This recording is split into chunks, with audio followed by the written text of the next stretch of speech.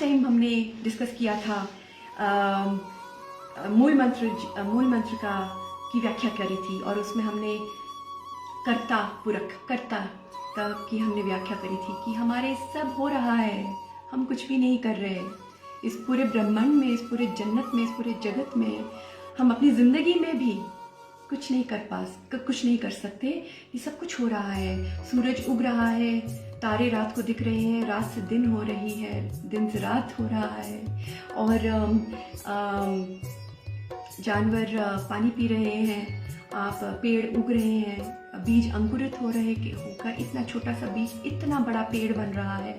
हमारा जीवन मृत्यु हो रहा है। क्या हमारे हाथ में है जीवन? क्या हमारे हाथ में है मृत्यु? हमारी सांसें हमारे हाथ में नहीं है, हमारी इंद्रियां हमारे हाथ में नहीं है। सब कुछ तो हो रहा है, दिया गया है हमको। ये सब दात है, ये सब उसका हुक्म है। ये मालिक जो है, जब उसने ब्रह्मांड बनाया, जब उसने सृष्टि को उपजाया, तो उसने इस सृष्टि को चलाने के कुछ हुक्म, कुछ नियम बनाए। Everything is in perfect harmony, everything is in perfect synchronization. कुछ भी आपस में टकरा नहीं रहा। कोई प्लैनेट आपस में टकराता है? कभी देखा नहीं। और अगर कभी टकराएगा भी तो वो भी भगवान की मर्जी होगी। एज ऑफ नाउ सबका अब एक एक हुक्म है। प्लैनेट चले जा रहा है अपने ही पाथ में। और कैसे ये हुक्म समझाया जा सकता है? हाँ, तो ये सब कुछ जो हो रहा है, ये उस मालिक की रजा से, उसके हुक्म के अनुसार हो रहा है। लेकिन ऐसा नहीं है, this is not a divine order. ये ऑर्डर नहीं है, ये एक नियम है, एक प्लान है, एक डिसिप्लिन है, एक प्रोसेस है। लेकिन ये ऑर्डर नहीं है। ऑर्डर क्यों नहीं है? हम उसको बुलाते हुक्म जरूर है, लेकिन ये ऑर्डर इन दैट वे नहीं है, क्योंकि ऐसा नहीं है कि उस मालिक ने आपको हुक्म दिया और खुद दूर जाके बैठ गया। जी नहीं, वो मालिक भी उस हुक्म के अंदर समाया हुआ है। वो मालिक उस हुक्म में ही अपने हुक्म की भी पालना कर रहा है। I don't know if I am clear और नॉट, लेकिन कुछ आगे एग्जाम्पल्स आएंगे जिससे आपको पूरा का पूरा समझ आ जाएगा। जैसे एक सिटी बनती है, एक रोड बनती है, और उस रोड के रूल्स होते हैं कि आपको लेफ्ट हैंड साइड चलाना है। इंडिया में राइट हैंड साइड ड्राइविंग है, यूएस में आपको राइट हैंड साइड चलाना है, लेफ्ट हैंड ड्राइविंग है आपकी। तो वो एक नियम बन गया ना। तो अगर आपने उस नियम की उल्लंघना करी, तो प्राइम मिनिस्टर तो आके आपको पनिश नहीं कर रहा ना। आपका प्राइम मिनिस्टर या प्रेसिडेंट उस कंट्री, उसके तो दोष नहीं है ना कि आपने नियम की उल्लंघना करी। तो आप अरेस्ट हो जाते हैं, आपको फाइन भरना पड़ता है, आपकी बदनामी होती है, आपका एक्सीडेंट होता है, आप दूसरों का भी एक्सीडेंट करते हैं। तो दुख आपकी झोली में आके पड़ जाता है, क्योंकि आपने उस नियम की उल्लंघना करी। तो मालिक ने तो आपको ये दुख नहीं दिया ना। मालिक ने वो नियम बनाए हुए हैं, सबके लिए नियम है। लेकिन अगर आपने चाहा कि आप हवा में उड़े, तो हवा में आप नहीं उड़ सकते, क्योंकि ये मालिक का हुक्म नहीं है। आपको दो पैरों के साथ इसी जमीन पे खड़े रहना है। The force of gravity is holding you back on the ground. अगर एक पंछी चाहे कि वो नदी के अंदर जाके तैर पाए, फिश की जैसे, और वहीं पे ब्रीथ कर पाए, कुछ एक दो पंछी शायद वो कर भी सकते हैं, लेकिन ज्यादातर पंछी वो नहीं कर पाएंगे। अगर एक मछली चाहे कि वो नदी से निकलकर हम इंसानों की जैसे घर में रहे, नहीं, वो अंडे ना देकर मछली को पैदा करे, नहीं, ये सब कुछ उस मालिक का हुक्म है। तो ये एक सिंपल वे में हुक्म समझाने की कोशिश कर रही हूँ। तो बेसिकली दुख जब आता है हमारी जिंदगी में, क्योंकि आप पूछेंगे कि अगर सब कुछ उस मालिक के नियम के अनुसार चल रहा है और हम कुछ नहीं कर पाते, हमारे हाथ में कुछ भी नहीं है, हम एक कठपुतली हैं, तो हमें दुख क्यों मिलता है? इसका मतलब दुख भी वो भगवान देता है। जी नहीं, दुख वो भगवान नहीं देता, भगवान निर्वैर है। क्योंकि बार बार आप मूल मंत्र के आप रेफरेंस करिए, क्योंकि निर्वैर है, वो निर्लेप है, उसको किसी के साथ कोई वैर नहीं। आप जितने भी अच्छे हैं, जितने भी बुरे हैं, उस मालिक को आपके साथ कोई वैर नहीं है। वो चाहता है कि आप हमेशा खुशी में रहें, लेकिन आप अपनी झोली में दुख खुद डाल लेते हैं क्योंकि आपने उस नियम की उल्लंघना करी। आप रोड क्रॉस कर रहे हैं और आपने अपनी आंखें बंद कर ली और आपने रोड क्रॉस करने की कोशिश करी, तो आपका एक्सीडेंट होगा, आपको चोट लगेगी, दुख आपकी झोली में आएगा, आपकी मौत भी हो सकती है, आपका एक्सीडेंट हो सकता है, हाथ पैर, अब किस एक्सटेंट तक वो दुख आएगा डिपेंड्स, बट दुख आएगा क्योंकि आपको मालिक ने कहा, आपको आंखें दी गई हैं चलने के लिए। अगर आप अपनी आंखें ही बंद कर लें तो उस मालिक की कोई गलती नहीं है, वो निर्लेप है, उसने आपको सुखी रहने के लिए आपको आंखें दी, लेकिन आपने उस मालिक की हुक्म की उल्लंघना करके अपनी आंखें बंद कर ली। जहां आपको देखना चाहिए था आपने नहीं देखा, इसलिए आपकी झोली में दुख आए। इसलिए जब भी शारीरिक दुख आए या मानसिक कोई दुख आए किसी को भी, तो मान के चलिए, गांठ बांध लीजिए कि कोई ना कोई नियम की उल्लंघना हुई है 100%। क्योंकि अगर आप उस मालिक के हुक्म के अनुसार चलेंगे तो आपके झोली में दुख आ ही नहीं सकता, इनफैक्ट सुख क्या, आनंद आएगा, आनंद। ये बहुत डीप एक्सप्लेनेशन है और आनंद की एक्सप्लेनेशन तो बहुत आगे बढ़कर जब बेसिक एक्सप्लेनेशन हो जाएगी तब गुरुजी चाहेंगे तो होगी, क्योंकि ये बहुत डीप जा सकता है। गुरुजी जानते हैं और संगत जी जितना मर्जी आप जाना चाहो ये डीप जा सकता है, but I just want to stay at this level ताकि हमें समझ में आ जाए कि दुख और सुख हमारी जिंदगी में क्यों आता है अगर सब कुछ उस मालिक के हुक्म के अनुसार चल रहा है। एक और बहुत इंपॉर्टेंट पॉइंट है, भई प्राप्त मानुख देहोरिया, गोविंद मिलन की एक तेरी परिया। ये बांध लीजिए, क्योंकि जो मानुख देह है ये हमको बहुत लाखों योनियों के बाद एक स्पेशल जन्म मिला है और वो इस मनुष्य का जन्म है और हम गवा रहे हैं।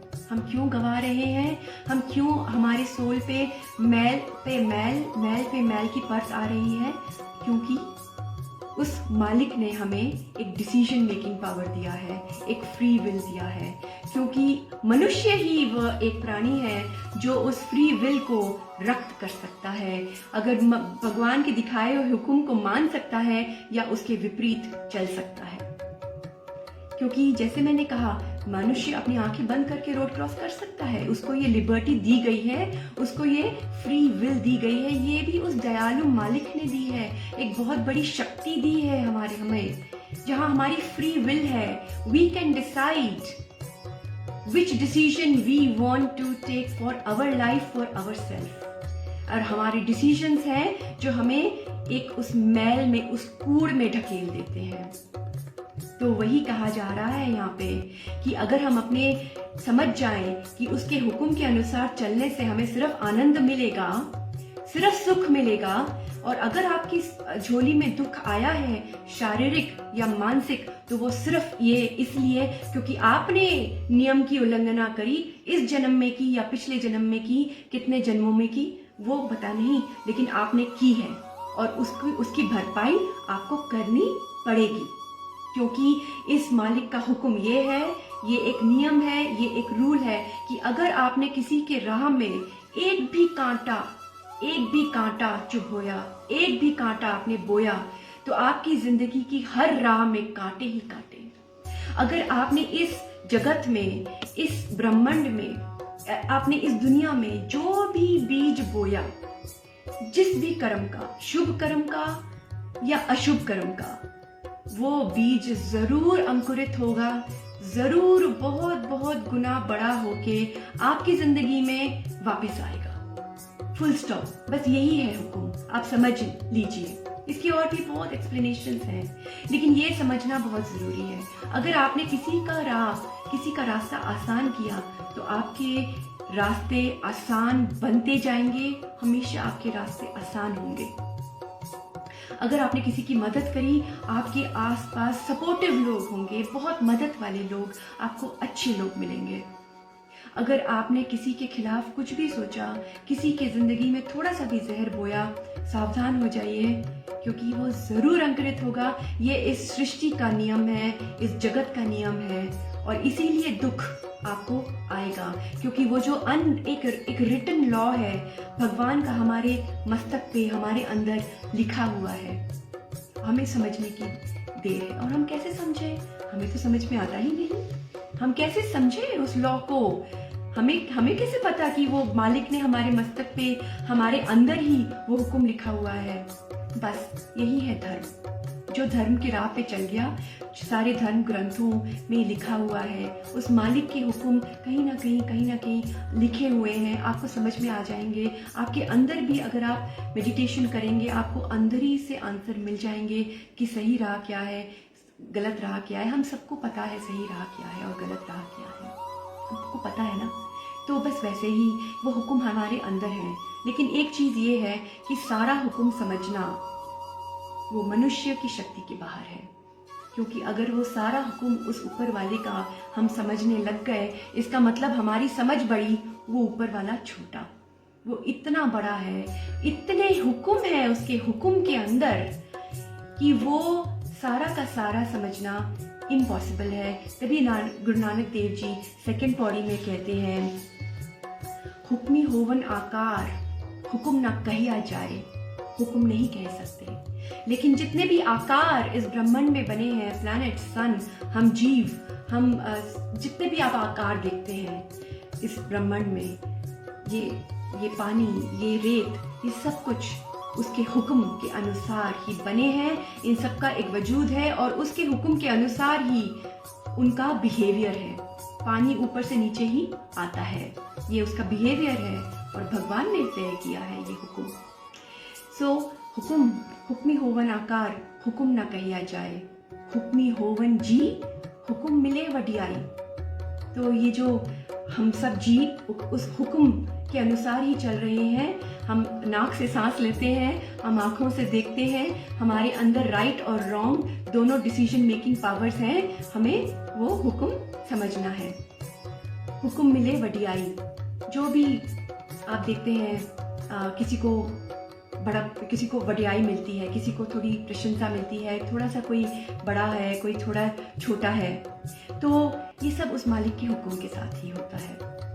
और हुक्मी उत्तम नीच। उत्तम नीच बहुत इंटरेस्टिंग है। मैं आपको इसका मतलब समझाती हूँ, क्योंकि जो भी योनि है उसमें एक उत्तम योनि है और उसी योनि में एक नीच भी है। अब जैसे मोर एक उत्तम पंछी माना गया है, हंस एक उत्तम पंछी माना गया है, कौवा एक नीच पंछी माना गया है, ईल एक नीच पंछी मानी गई है। मार्बल है और जो स्टोन है, जो डायमंड है, जो हीरा है, वो उत्तम माना गया है। वो भगवान ही क्रिएट कर सकता है। Try creating a diamond, you won't be able to do. हाँ ठीक है, हम जानते हैं उसका एक फिजिकल प्रोसेस है, कोयले से डायमंड बनता है, उसको millions and billions of years लगते हैं बनने के लिए। वो मालिक ही बनाता है, उसमें वो उत्तम है। और एक नीच भी है। तो ऐसे ही उत्तम और नीच भी मालिक तय करता है। उसके हुक्म के अनुसार ही किसी को उत्तम श्रेणी मिलती है, किसी को नीच श्रेणी मिलती है। मैं गुटका साहिब से सेकेंड वाला जो पौड़ी है वो मैं पढ़ूंगी। हुक्मी होवन आकार, हुक्म न कहिया जाए। हुक्मी होवन जी, हुक्म मिले वडियाई। हुक्मी उत्तम नीच, हुक्म लिखे दुख सुख पाइए। हुक्म लिखे दुख सुख पाइए, इसका मतलब जो मैंने अभी थोड़ी देर पहले कहा वही है कि हमने जैसे ही नियम की उल्लंघना करी, वैसे ही दुख हमारी झोली में आया। जैसे ही हमने रॉन्ग डिसीजन लिया, हम माया की तरफ भागे। भगवान और माया एक साथ नहीं मिल सकते। माया क्रिएट भगवान नहीं करी है, लेकिन जहां आप माया की तरफ भागोगे तो आपको भगवान की प्राप्ति नहीं हो सकती। आपने गलत डिसीजन लिया तो दुख आपकी झोली में आया। हुक्मी उत्तम नीच, हुक्म लिखे दुख सुख पाइए। इक ना हुक्मी बख्शीस, इक हुक्म सदा पवाइए। अगर उस मालिक का हुक्म समझ के हम उस पे चल पड़े और मालिक ने हमारे ऊपर बख्शीश कर दी, क्योंकि सिर्फ हुक्म मानना ही काफ़ी नहीं है, उस मालिक की नज़र भी हमारे ऊपर पड़ जाएगी अगर हम उसका हुक्म मानना शुरू कर देंगे, अगर हम उसके हुक्म में राज़ी रहेंगे, प्रसन्न रहेंगे, खुश रहेंगे। अगर हम रेजिस्टेंस से मानेंगे कि क्योंकि हमको मानना ही है, ज़बरदस्ती है, दैट इज़ नॉट हुक्म को मानना। अगर हमने हुक्म माना, हम सेटिस्फाइड रहे, हमने प्रसन्नता दिखाई, तो वो हुक्मी जो है, जो हुक्म देने वाला मालिक हमारे ऊपर प्रसन्न होगा और हमें उस मरण और जीवन के साइकिल से निकाल लेगा। उसका भी नियम लिखा हुआ है, वो भी एक बख्शीश से वो नियम आता है हमारी जिंदगी में जब हमें मोक्ष प्राप्त होती है, जब हम जीवन और मरने का जो साइकिल चलाया हुआ है उस मालिक ने नहीं, हमने खुद चलाया हुआ है, क्योंकि हमें बार बार जीवन और मौत इसलिए मिलती है क्योंकि हम उस मालिक से मिलन कर नहीं पाए। तो वो भी सब नियम के अनुसार चल रहा है। और अगर जिन्होंने नहीं उस मालिक का हुक्म ठीक से माना, हुक्मी सदा पवाइये मतलब हमें उसका हुक्म हमेशा उस चक्कर में, मृत्यु और जीवन के चक्कर में हमेशा चलना पड़ेगा। हुक्मे अंदर सबको, बाहर हुक्म न कोई, ये बहुत जरूरी है। सब कुछ अंदर है, लुक इनसाइड यू, बाहर कुछ भी नहीं है। उस मालिक की खोज में बाहर ना जाए, वो आपके अंदर है, गुरुजी आपके अंदर है। तो सब कुछ अंदर लिखा हुआ है। जब आप अंदर उस भगवान तक पहुंचने की तड़प आप में आएगी, आप वो भूख होएगी, वो प्यास होएगी, तब मालिक आपको वो रास्ता दिखाएगा, वो हुक्म आपको समझाएगा। आप जब समझने की कोशिश करेंगे तो वो हुक्म आपको समझ में आएगा।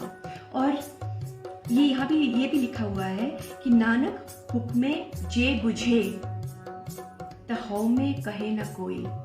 जे बुझे मतलब हुक्म एक बूझने वाली चीज है, एक समझने वाली चीज है। अगर कोई चीज सामने सामने दिख रही है तो उसको समझने की जरूरत नहीं है। This is a law which is written inside us, और यही है मनुष्य की जो एक उसका योनि मिली है, यही हमें समझना है। हमें दिमाग मिला हुआ है, हमें शक्ति मिली है उस दिमाग की, जो हमें इस्तेमाल करना है उस मालिक तक पहुंचने के लिए। हमें करेक्ट डिसीजन लेना है। इसलिए यहाँ लिखा हुआ है हुक्मे बुझे, नानक हुक्मे जे बुझे, जो उस मालिक का हुक्म समझ गया, तो हौमे कहे ना कोई, उसमें हौमे नहीं रहती। हौमे मतलब ईगो। और यही सबसे बड़ी कूड़ है जो पहली पौड़ी में गुरु नानक देव जी कह रहे हैं। वो कूड़ क्या है और वो कूड़ की दीवार कैसे हम तोड़े, ये है इसका आंसर।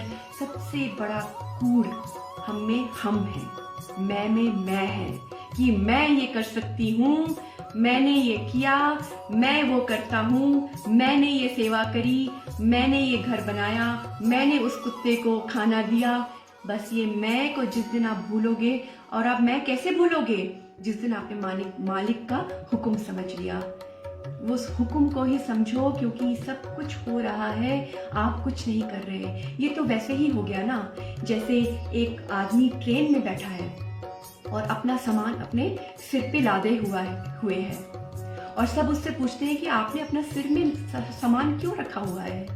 तो वो कहता है इस ट्रेन में ऑलरेडी इतना भार है, सबने अपना सामान रखा हुआ है, सब बैठे हुए हैं, मैं नहीं चाहता कि मेरा जो सामान है इस ट्रेन में रहे।